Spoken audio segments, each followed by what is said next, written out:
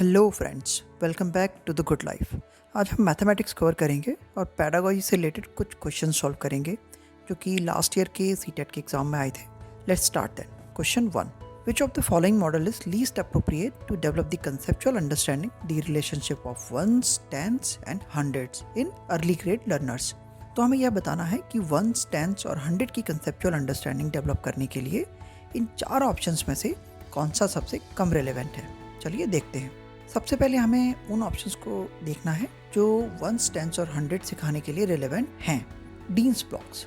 अगर आपने deans blocks देखे हैं तो आपको पता होगा डीन्स ब्लॉक को प्लेस वैल्यू सिखाने के लिए इस्तेमाल किया जाता है और ये अर्ली ग्रेड लर्नर्स के लिए एक इम्पैक्टफुल टूल है जो वंस, टेंस और हंड्रेड्स के बीच में रिलेशनशिप को समझाने में बहुत हेल्प करता है। इसलिए यह तो एक सुटेबल ऑप्शन है। So option 1 is out because ये तो सिखाने के लिए रिलेवेंट है। Option 3, abacus. अबिकस एक ट्रेडिशनल टूल है जो अरिथमेटिक कैलकुलेशन के लिए इस्तेमाल होता है, इंक्लूडिंग प्लेस वैल्यू कॉन्सेप्ट्स, यानी वंस, टेंस और हंड्रेड्स को सिखाने के लिए। तो ये ऑप्शन भी सुटेबल लगता है, तो ऑप्शन 3 भी आउट।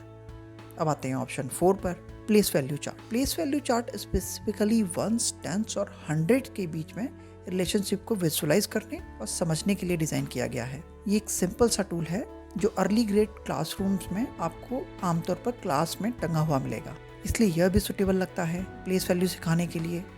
तो ऑप्शन 4 भी आउट। अब आते हैं ऑप्शन 2 पर, जो कि सही होना चाहिए। Option 2 is money.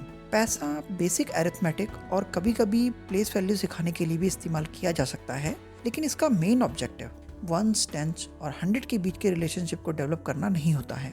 For example, आप सिखा सकते हैं कि 10 1 रुपये के नोट मिलकर 10 रुपया बनाते हैं, या 10 10 रुपीज़ के नोट मिलकर 100 रुपये बनाते हैं। लेकिन ध्यान यहाँ पर पैसों और एक्सचेंज पर होता है, सिर्फ प्लेस वैल्यू के एब्स्ट्रैक्ट कॉन्सेप्ट से नहीं। इसलिए यह कम हेल्पफुल है वंस, टेंस और हंड्रेड के कॉन्सेप्ट को सिखाने के लिए। सो एलिमिनेशन प्रोसेस के बेसिस पर ऑप्शन 2 यानी मनी हमें लीस्ट अप्रोप्रिएट ऑप्शन लगता है अर्ली ग्रेड लर्नर्स के लिए। So this is our correct answer.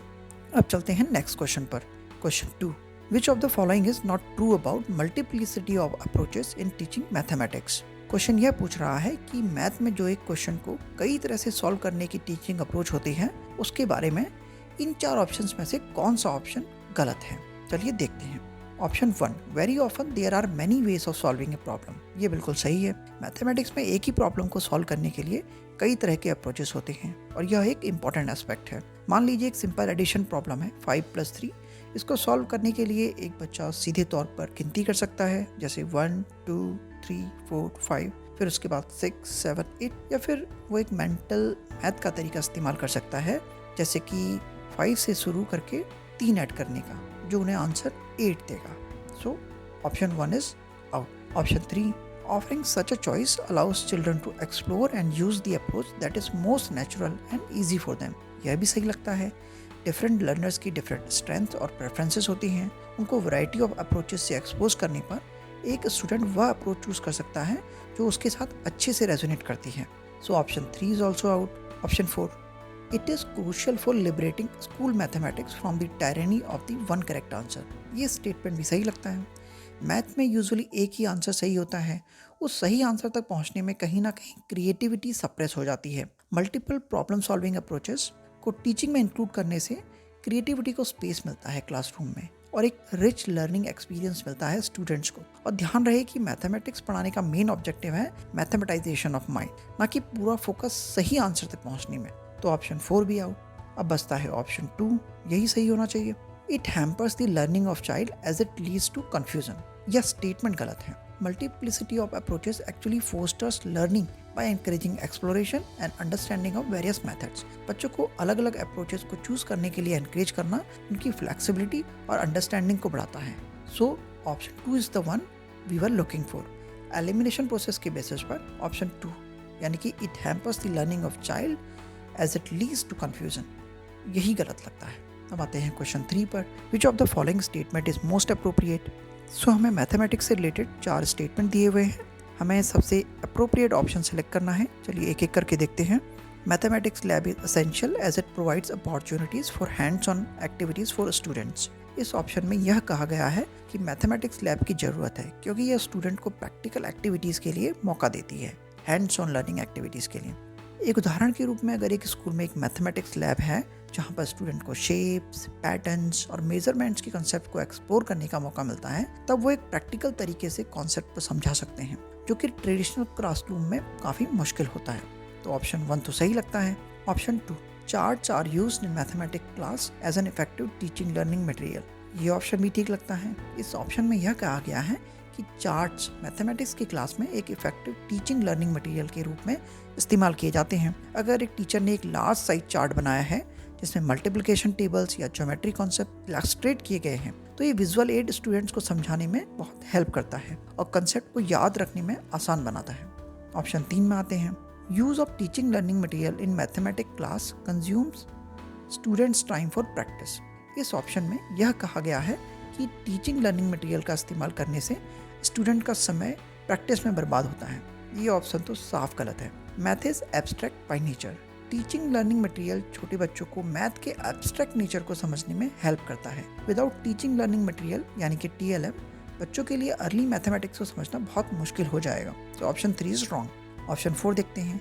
Students do not enjoy riddles in mathematics class. ये भी गलत है। स्टूडेंट रिडल्स और पजल्स को एंजॉय करते हैं। एक अच्छा टीचर पजल्स और मैथ को इंटीग्रेट करके पढ़ाता है so that kids enjoy puzzles as well as mathematics. तो ये ऑप्शन भी आउट है। सो फाइनली ऑप्शन 1 और 2 दोनों हमें सही मिले थे। अब हमें इनमें से एक चूज करना है जो ज़्यादा रिलेवेंट है।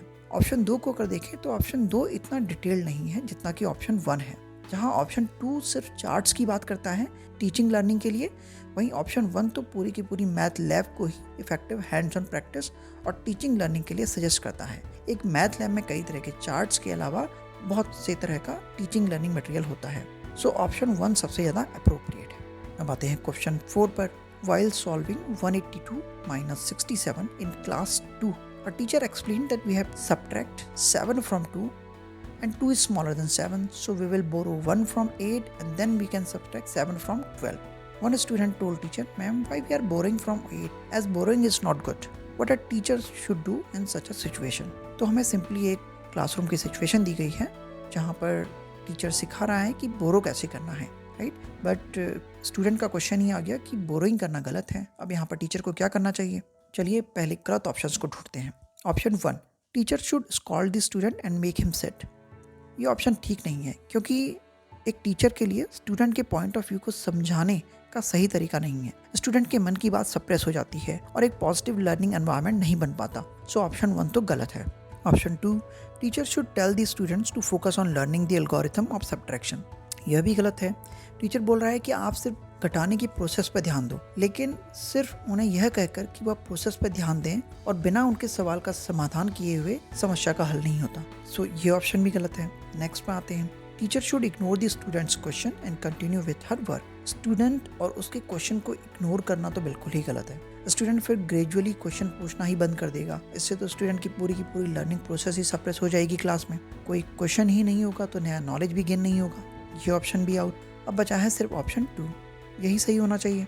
Teacher should change the word borrowing to regrouping and then show the process of regrouping. इस ऑप्शन में टीचर क्वेश्चन में दिए गए बोरिंग वर्ड को रिग्रुपिंग वर्ड में रिप्लेस कर सकता है और फिर रिग्रुपिंग की प्रोसेस को दिखाकर स्टूडेंट के क्वेश्चन को सॉल्व कर सकते हैं। इस तरह से प्रोसेस को अलग अलग तरीके से समझाकर टीचर स्टूडेंट को उनके क्वेश्चंस को बिना इग्नोर किए हुए आंसर कर सकते हैं। आप भी इस बात से एग्री करेंगे, राइट, कि एक अच्छे टीचर को यही करना चाहिए। सो option 2 is our correct answer. Question 5, which of the following is true for word problems in school mathematics. हमें यह बताना है कि मैथमेटिक्स में जो वर्ड्स प्रॉब्लम होती हैं उसके कॉन्टेक्स्ट में इन 4 स्टेटमेंट में से कौन सा सही है। चलो स्टार्ट करते हैं। Option 2, word problems are not examples of mathematical modelling. यह गलत है। वर्ड प्रॉब्लम्स अक्सर मैथमेटिकल मॉडलिंग का ही एक एग्जाम्पल होते हैं। जैसे अगर एक वर्ड प्रॉब्लम में पूछा जाता है कि एक टाउन की पॉपुलेशन में इंक्रीमेंट को कैसे प्रेडिक्ट किया जा सकता है, तो इसमें मैथमेटिकल मॉडलिंग का ही कंसेप्ट इन्वॉल्व होता है। अगर 2024 में पॉपुलेशन 2500 है तो 2030 में कितनी होगी?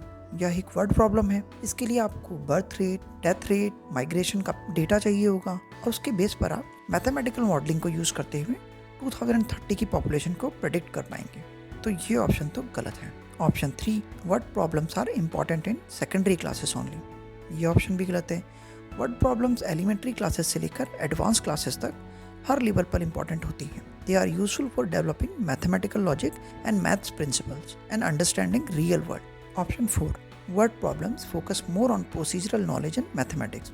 ये ऑप्शन तो गलत लगता है। वर्ड प्रॉब्लम्स एक्चुअली स्टूडेंट को रियल लाइफ सिनेरियोज को समझने में हेल्प करते हैं और उन रियल लाइफ सिनेरियोज को मैथमेटिकल कॉन्सेप्ट्स की हेल्प से सॉल्व करने पर जोर देते हैं rather than just focusing on procedural knowledge. जैसे यहाँ पूजा को अपने घर के लॉन में फ्लावर्स लगाने हैं, पर उसे पहले यह पता करना है कि उसे लॉन के लिए कितनी फ्लावर्स की सैपलिंग लाने हैं और उसके लिए उसे टोटल कितना बजट चाहिए होगा। जब बच्चे वर्ड प्रॉब्लम्स को सॉल्व करते हैं तो उन्हें मैथ के कॉन्सेप्ट को अप्लाई करने में महारत हासिल होती है rather than just focusing and following up on a set procedure. तो ऑप्शन 4 तो गलत है।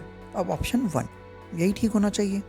Word problems refer to exercises where the child formalizes the situation into a form where a specific mathematical technique can be applied. ये option सही है। Word problems बच्चों को असली जीवन के हालात को मैथ के शब्दों में बदलने के लिए कहते हैं, जिसमें कि आप एक मैथ की कोई टेक्निक अप्लाई कर सको, जैसे एडिशन, मल्टीप्लिकेशन या डिवीजन एक्सेट्रा। जो ऑप्शन 1 ही हमारा करेक्ट आंसर है। Question 6. Which of the following is most appropriate to introduce data handling at primary stage? So question कह रहा है कि प्राइमरी क्लासेस में डेटा हैंडलिंग या डेटा एनालिसिस को इंट्रोड्यूस करने के लिए कौन सा मेथड जो है मोस्ट अप्रोप्रिएट है इन 4 ऑप्शंस में से। चलिए देखते हैं। Option 1, asking the students to read time tables of bus and train timings. ये ऑप्शन बच्चों को डेटा हैंडलिंग का कॉन्सेप्ट इंट्रोड्यूस करने के लिए सुटेबल नहीं है, क्योंकि बस और ट्रेन के टाइम टेबल्स पढ़ना डेटा कलेक्शन और डेटा एनालिसिस को डायरेक्टली रिलेट नहीं करता है, इसलिए यह ऑप्शन एलिमिनेट किया जा सकता है। तो option 1 is out. Option 3, showing population census of a city for 5 years and asking students to compare population growth. इस ऑप्शन में पॉपुलेशन सेंसस डेटा का इस्तेमाल किया जा रहा है, जो कि प्राइमरी स्टेज के बच्चों के लिए थोड़ा कॉम्प्लेक्स हो सकता है। इसमें लार्ज स्केल का डेटा होता है और पॉपुलेशन ग्रोथ के कॉन्सेप्ट इन्वॉल्व होते हैं, जैसे birth rate, death rate, migration etcetera, जो कि प्राइमरी स्टेज के लिए बहुत ज़्यादा ही एडवांस्ड है। तो इसलिए इस ऑप्शन को भी एलिमिनेट किया जा सकता है और ये रिलेवेंट भी नहीं है बच्चों के कॉन्टेक्स्ट से। Option 4, drawing a bar graph on the blackboard and asking students to read the data from it. इस ऑप्शन में बार ग्राफ का इस्तेमाल किया जा रहा है, जो कि डेटा विजुअलाइजेशन का एक इम्पॉर्टेंट एस्पेक्ट है, लेकिन यह ऑप्शन पार्टिसिपेशन और हैंड्स ऑन लर्निंग को एनकरेज नहीं करता है, ना ही डेटा हैंडलिंग को कॉम्प्रिहेंसिवली कवर करता है, इसलिए इस ऑप्शन को भी एलिमिनेट किया जा सकता है। अब बचा option 2, within classroom collecting statistics of students' height, favorite food, color, cartoon, etc. and asking questions related to data. इस ऑप्शन में बच्चों को डेटा कलेक्शन का प्रैक्टिकल तरीका दिया गया है, जो कि इनके फेमिलियर एनवायरनमेंट में है। यह एक्टिविटी उन्हें डेटा कलेक्शन और एनालिसिस के बेसिक कॉन्सेप्ट सिखा सकती है, साथ ही उनके इंटरेस्ट और एक्सपीरियंस से जुड़ा हुआ डेटा कलेक्ट करके उनका इन्वॉल्वमेंट भी बढ़ाता है, इसलिए यह ऑप्शन सबसे सुटेबल लगता है डेटा हैंडलिंग को प्राइमरी स्टेज में इंट्रोड्यूस करने के लिए। सो सही ऑप्शन है क्लासरूम में डेटा को कलेक्ट करना जो कि बच्चों से रिलेवेंट हो। सो option 2 is correct. So friends, hope you like this session. Keep learning, keep visiting at the good life. फिर मिलते हैं।